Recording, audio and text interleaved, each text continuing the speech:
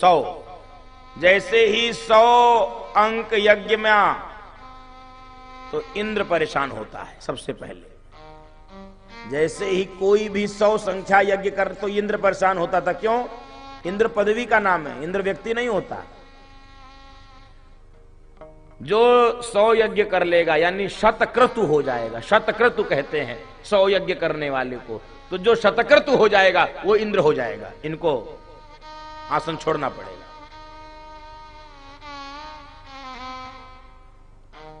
तो इनके अश्वमेध का घोड़ा चुरा लिया इंद्र ने।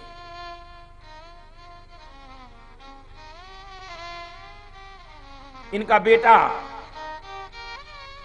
अपने पराक्रम से अश्वमेध के घोड़े को पुनः वापस ले आया, हराकर इंद्र को। इसलिए इनके बेटे का नाम पड़ गया विजिताश्व, विजिताश्व।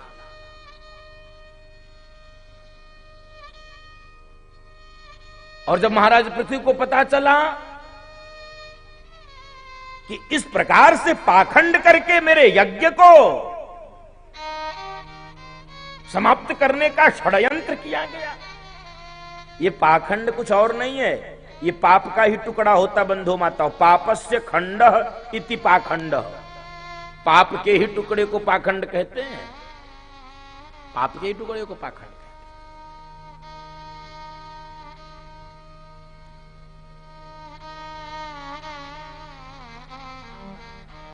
क्रोध आया, ब्राह्मणों ने कहा महाराज आप क्रोध मत करिए, आप तो बस आज्ञा करिए और आपकी आज्ञा से ऐसा अनुष्ठान करेंगे कि अभी इंद्र खींचा चला आएगा हमारे पास, अभी चला है।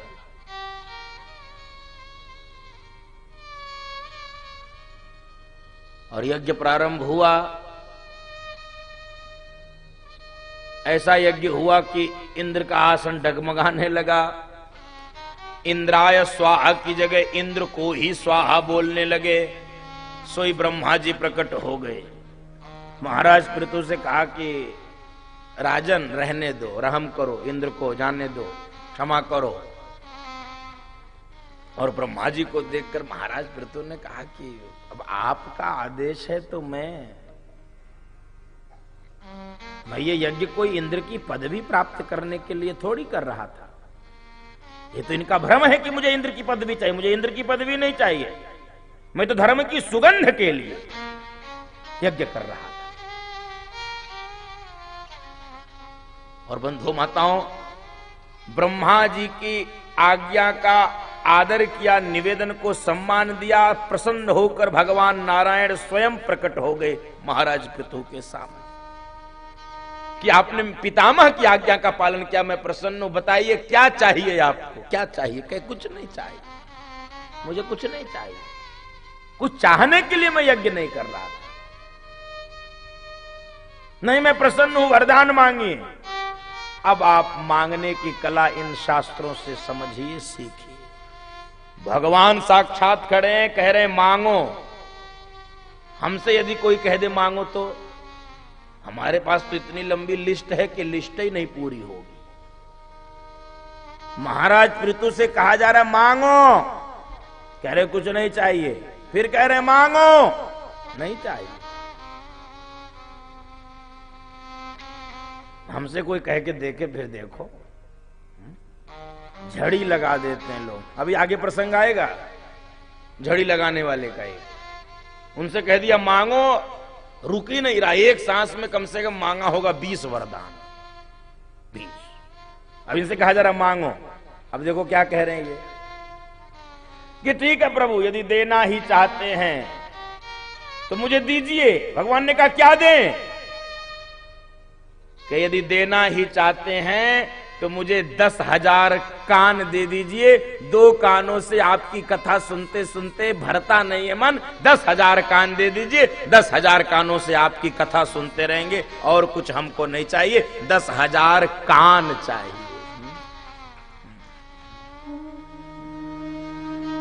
आज चलो चौथे दिन बता दें तुम लोगों को। जैसे कोई ताली जब बजा देता है तो सबको बजा देना चाहिए। इससे ये लग जाएगा कि आप भी समझ गए कथा। हाँ, ऐसा होता है, कोई अच्छी बात पे ही ताली बजती है। तो हम कवि तो हैं नहीं, इसलिए हम बजवाए नहीं आपसे कि ताली बजाओ। कवि होता तो नाक में दम कर देता, कोई होगा क्षमा करना। हाँ, कवि होता है वो ताली जरूर बजवाता है, एक ही लाइन 10 बार बोलेगा, तब जब नहीं बजाओगे दूसरी लाइन बोलबे नहीं करेगा। हम बोलता ही नहीं है वो। हाँ हाँ, तो बोलता ही नहीं है। एक सुना दे। अच्छा, एक कवि सम्मेलन हो रहा था, ध्यान से सुनिए। तो उस कवि सम्मेलन में कवि महोदय ने कहा, पीपे के ऊपर पीपा। पीपा समझते हैं सभी? हाँ, ध्यान से सुनना, नहीं तो फिर नहीं समझ में आएगा। हम सुना तो सब देंगे। पीपे के ऊपर पीपा। तो लोगों ने कहा वाह वाह वाह, ऐसे कहना पड़ता उसने। हाँ, वाह वाह वाह। फिर उसने कहा पीपे के ऊपर पीपा। फिर तो लोगों ने ताली बजाया, वाह वाह वाह। तो फिर वाह कहा, पीपे के ऊपर पीपा। फिर लोगों ने कहा वाह वाह वाह। अब कितनी बार लोग कहे वाह वाह? तो इस बार आधे लोग चुप। फिर इसने कहा पीपे के ऊपर पीपा। तो 4-6 लोग आगे वाले कहे वाह वाह वाह। भाई कितनी बार कोई ताली बजाए वाह वाह करे? लेकिन इसने माना नहीं, अभी भी ये कविता नहीं पढ़ रहा है। फिर भी कहा पीपे के ऊपर पीपा। अब कोई नहीं बोला, लेकिन एक लोग कहे वाह वाह। तो जब वो अकेले वाह वाह कहे तो बगल वाला कोच रहा, क्या है जी वाह वाह, इसमें क्या तुमको मजा आया? क्या मजा आया, वाह वाह कर रहे हो? तो उसने कहा मजे की छोड़ो, बैलेंस तो देखो उसका। मजा का बैलेंस देखो। तो देखो जो है कवि तो ताली बजवाता है। मैं तो कवि तो नहीं, मैं तो भगवान का दास हूं, उनके गुणों को गाता हूं।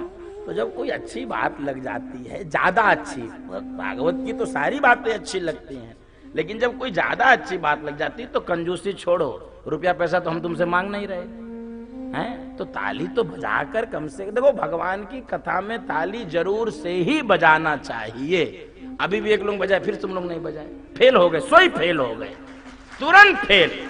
हाँ, इसमें कुछ लगा? बजा लोगे तो गर्मी और आ जाएगी। बहुत लाभ है, नाना प्रकार के लाभ है, तो बजाना चाहिए, बजाना चाहिए। 10,000 कान दीजिए और भगवान उन्हीं के हृदय में बसते हैं जिनके श्रावण समुद्र समान, जिनके श्रावण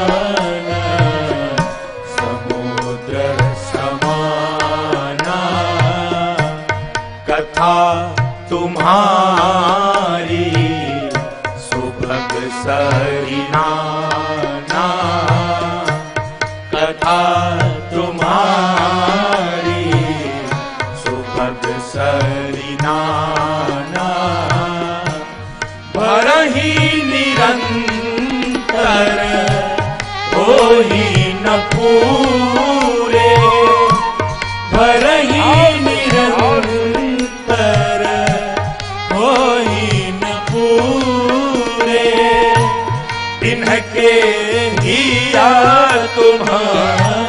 इनके हिया तुम्हार कहूँ गृहरूरे, जिनके श्रवण समुद्र समाना। 10,000 कान मांग लिया, 10,000।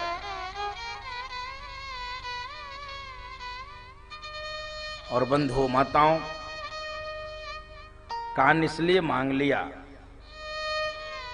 कि कहा सरकार हमें विश्वास है भगवान से, पृथु महाराज ने, यदि लक्ष्मी से भी कदाचित हमारा कलह हो जाए, साक्षात भगवती लक्ष्मी से भी हमारा कलह हो जाए, तब भी आप हमारे पक्ष में रहोगे, लक्ष्मी जी के पक्ष में नहीं रहोगे। ये भगवान का भक्तों के साथ अनन्य प्रेम रहता है, इसलिए बस केवल आपका ही गुणगान सुनना चाहता हूं, आपकी कथा सुनना चाहता हूं और कुछ नहीं। आप कल्पना करिए, भक्त का विश्वास है कि भगवान लक्ष्मी जी को छोड़ सकते हैं लेकिन भक्तों को नहीं छोड़ सकते। इसलिए आप हमें 10,000 कान का वरदान। भगवान अंतर ध्यान हो गए और अब एक दिन महाराज पृथु ने अपनी प्रजा के लोगों को बुलाया है और प्रजा में उपदेश प्रारंभ किया है। प्रजा के लोगों को एक बड़ा सुंदर उपदेश किया, वो मैं आपको बताता हूं। कहा कि सुनो, कर देना ये प्रजा का कर्तव्य है। टैक्स देना प्रजा का कर्तव्य है और राजा का कर्तव्य है कि टैक्स लेने के बाद राज्य के लिए, प्रजा के लिए सारी समुचित व्यवस्था, सुरक्षा, साधन, धन धान्य व्यवस्था कर। और सबसे महत्वपूर्ण बात जो बोला है महाराज पृथु ने उपदेश में, वो क्या बोला? वो ये बोला है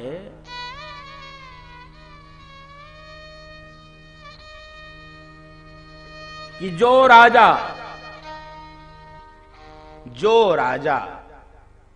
कर लेने के बाद भी, ध्यान से सुनिएगा, अपनी प्रजा के लिए समुचित व्यवस्थाएं नहीं प्रदान करता, वो राजा कर के रूप में प्रजा के पाप का ही भक्षण करता है। ये राजा का कर्तव्य है बंधु माता, क्यों प्रजा के लिए व्यवस्थाएं दे। केवल अपना पेट भरे ये उसका काम नहीं है। राजा अपनी तिजोरी भरे, अपने सुख के भौतिक संसाधनों को इकट्ठा करे, नहीं। जनता का पैसा जनता के लिए। ये संविधान की सुंदर विशेषता है इस समय के लिए। संविधान माने यही है, जनता द्वारा जनता के लिए ये व्यवस्था है।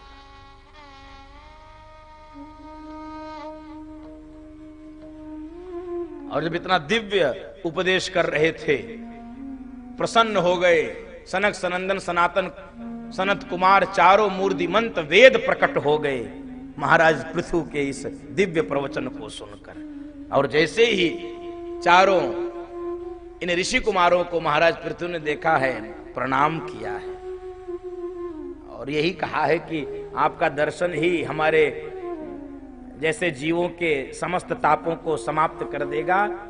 अब आप संतों का तो हम हालचाल पूछ नहीं सकते, आपको प्रणाम ही करना मेरे लिए पर्याप्त है, क्योंकि संतों का हालचाल पूछना भी नहीं चाहिए।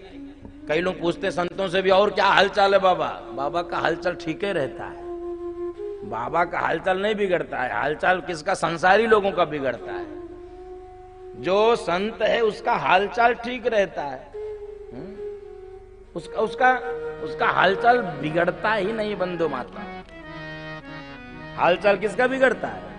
हालचाल संसारी लोगों का बिगड़ता है। संत का हालचाल इसलिए नहीं बिगड़ता है क्योंकि बाबा कबीर ने बहुत सुंदर बात कही है, कुछ लेना न देना मगन रहना, कुछ लेना न देना मगन रहना, कुछ लेना न देना मगन रहना, कुछ लेना न देना मगन रहना, हो मगन रहना, हो मगन रहना, हो मगन रहना, हम मगन रहना, हम मगन रहना, कुछ लेना न देना मगन रहना, कुछ लेना न देना मगन रहना।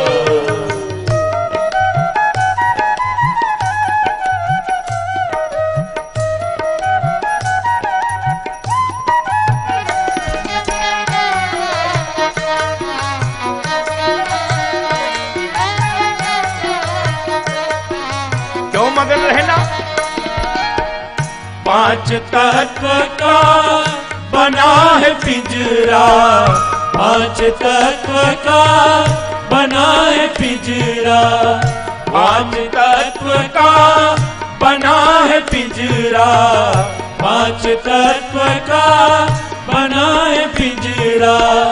वहाँ में बोले मेरी मैना, वहाँ में बोले मेरी मैना, कुछ लेना न देना मगन रहना, कुछ लेना न देना मगन रहना।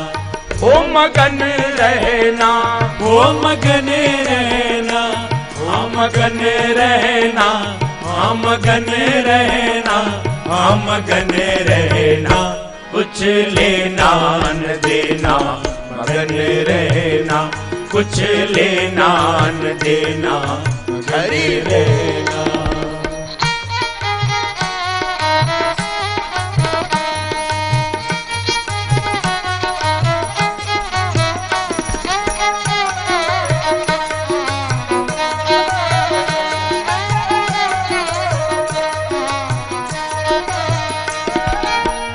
कहत कबीर सुनो भाई साधो, कहत कबीर सुनो भाई साधो, कहत कबीर सुनो भाई साधो, कहत कबीर सुनो भाई साधो।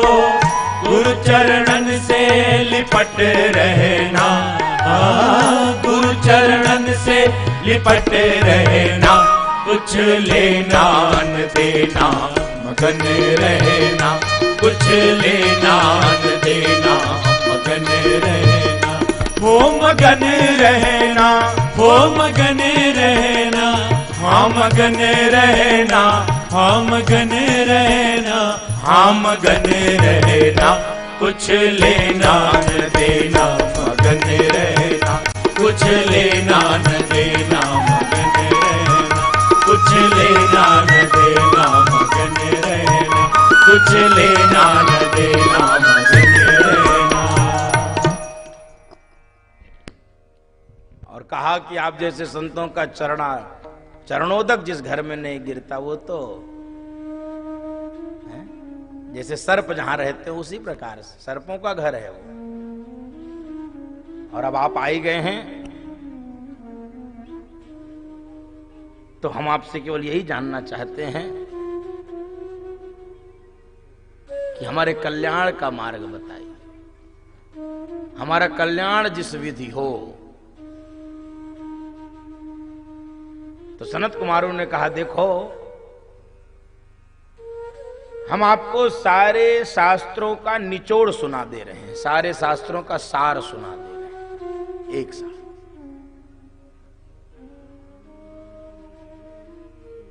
क्या है समस्त शास्त्रों का निचोड़? जो अनात्म वस्तुएं हैं, जो अनात्म वस्तुएं हैं उनसे असंग रहिए, उनसे असंग रहिए। और जो आत्म वस्तुएं हैं उनसे संग करिए। समझिए, जो अनात्म है, अनात्म यानी बोल दो, कुर्सी लाके लगा दिया होगा पीछे, उससे बोलो, तुम नहीं, उससे बोलो। अरे इसको छोड़ दो भाई, उस बाहर से बोल आओ। हाँ, इतनी तो है ही है वहां पर।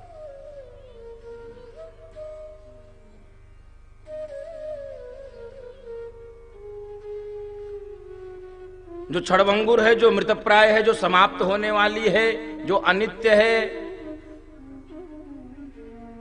वो अनात्म है, उससे असंग रहिए। और जो नित्य है, जो चिर है, जो स्थायी है, जो सार्वकालिक है, जो सार्वभौमिक है, जो पहले भी थी, बीच में भी रहती है, बाद में भी रहेगी, उससे संग होइए।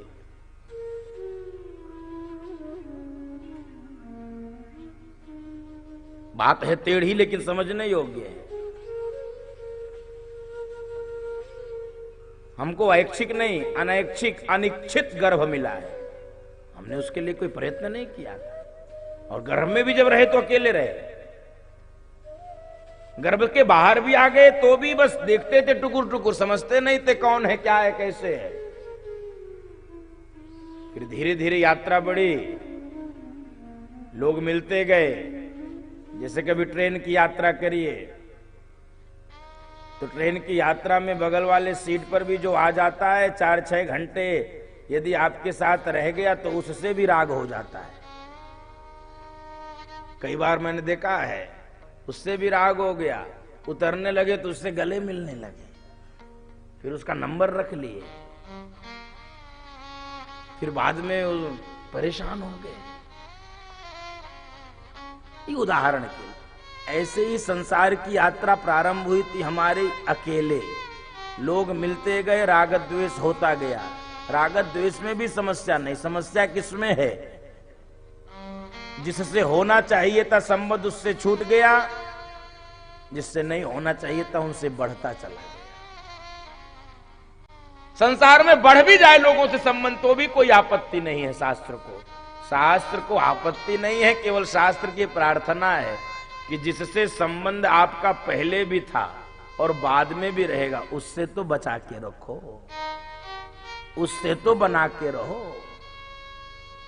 इसलिए भगवान ने अर्जुन से कहा, अर्जुन तुम मुझसे संबंध बनाओ।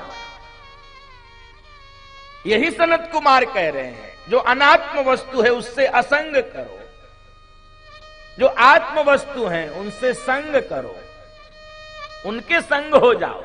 भगवान ने अर्जुन से कहा, अर्जुन मुझसे संबंध बनाओ।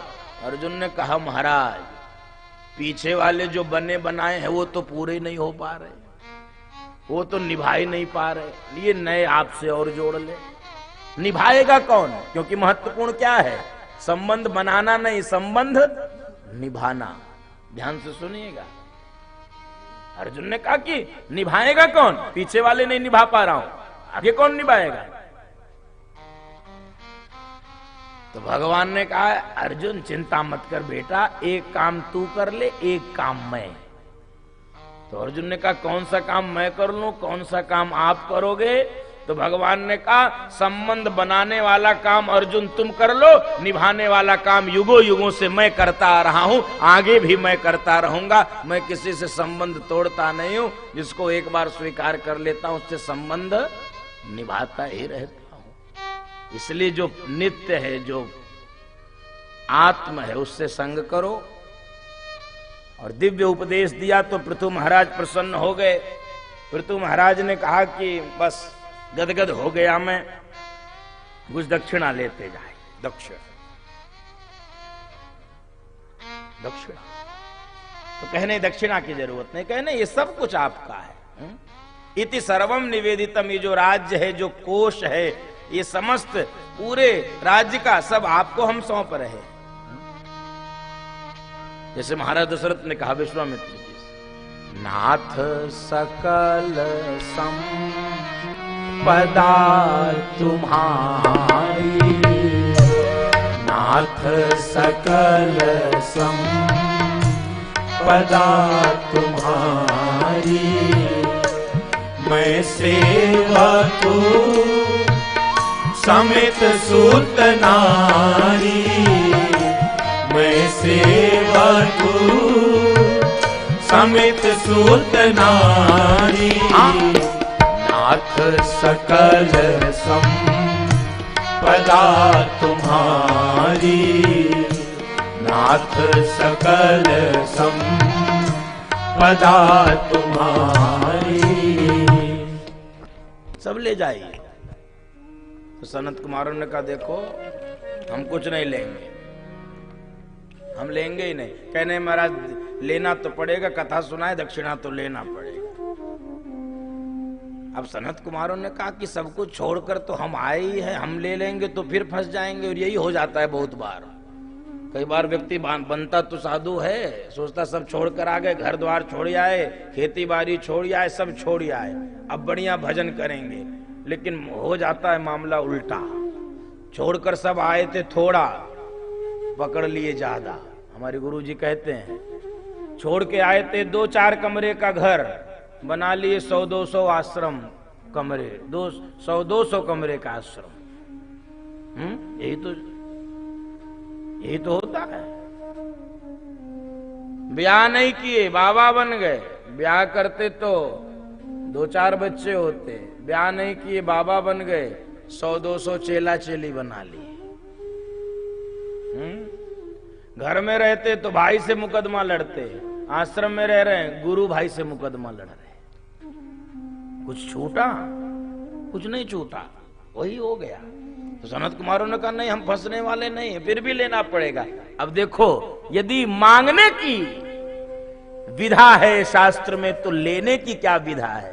कहे सुनो, देना चाहते हो तो ठीक है, सारा राज्य मेरा, संकल्प कर दिया महाराज पृथु ने, सारा राज्य आपका, इति सर्वम निवेदितम। तो कहे ठीक है, राज्य मेरा। अब लेने की भी कला ली, केवल मांगने की कला नहीं, इसमें लेने के भी है। क्या है? ठीक है, राज्य आज से सब मेरा महाराज पृथु, लेकिन मैं अपने राज्य की जिम्मेदारी आपको सौंप के जा रहा हूं, मेरे राज्य ठीक से चलाते रहिए, मैं आपको ये राज्य सौंप दे रहा हूं। ये है गुरु का काम। लेकिन बाबा तुलसी ने कहा है कि जो कलयुग का गुरु होगा वो कैसा होगा? हरहि शिष्य धन शोक न हरहि, सो गुर घोर नरक महा परहि। हरहि शिष्य धन शोक न हरहि, सो गुर घोर नरक महा परहि। हरहि शिष्य धन शोक न हरहि। गुरु की भी नजर चेले के जेब पर ही है, माल पर ही है। शोक जाए चाहे न जाए, घोर नरक में जाना पड़ता। नरक में नहीं, घोर नरक, सो गुरु। घोर नरक महु पर ही, घोर नरक। लिया और दिया, अंतर ध्यान हो गए चारों ऋषि कुमार। और मैत्रेय मुनि कथा सुना रहे हैं विदुर जी को। तो कहते हैं इन्हीं ध्रुव जी के वंश में आगे चल के प्राचीन बरही नामक राजा हुए। प्राचीन बरही भी बड़े कर्मकांडी थे, कर्मकांडी बहुत थे। लेकिन कैसे कर्मकांडी थे? तो यज्ञ करते थे, बड़े बड़े यज्ञ करते थे, पशुओं की बलि चढ़ाते थे। और पशुओं की बहुत बलि जब चढ़ा लिए, एक दिन नारद जी इनके पास आ गए। नारद जी ने कहा प्राचीन बरही? कहे हाँ ऋषि बताइए। कहे ऊपर देखो। और जब ऊपर देखा, वो सारे पशु बड़ी घृणा की दृष्टि से प्राचीन बरही की ओर देख रहे थे। ये डर गए, कांप गए। कहे ये कौन लोग है ऋषिवर? नारद जी ने कहा बेटा, जिनको मार मार के तुमने ऊपर भेजा है, वो हमको क्यों ऐसी दृष्टि से देख रहे हैं? नारद जी ने कहा वो सोच रहे हैं तुम भी जल्दी ऊपर आओ, तो यही तुम्हारे साथ भी करेंगे हम, जो तुमने हमारे साथ किया है।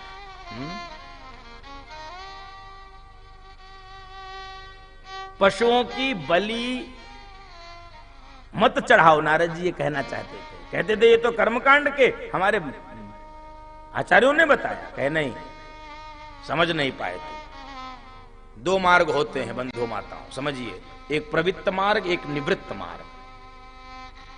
दोनों मार्गों को समझना चाहिए। हम समझ नहीं पाते इसलिए फंस जाते हैं। उनको समझाने के लिए एक कथा भी सुनाई नारद जी ने, उसको कहते हैं भागवत में पुरंजनोपाख्यान।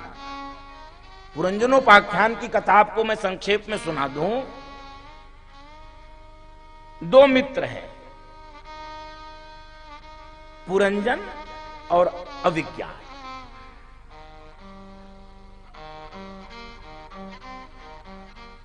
पुरंजन और अविज्ञात। पुरंजन ने अविज्ञात से कहा कि चलो भ्रमण करने। अविज्ञात ने कहा तुम जाओ, हम नहीं करेंगे, हम यही बैठते हैं। पुरंजन भ्रमण करने के लिए गया। फिर एक स्त्री मिल गई पुरंजनी, उससे इसका ब्याह हो गया, मन लग गया। देखते जाइएगा।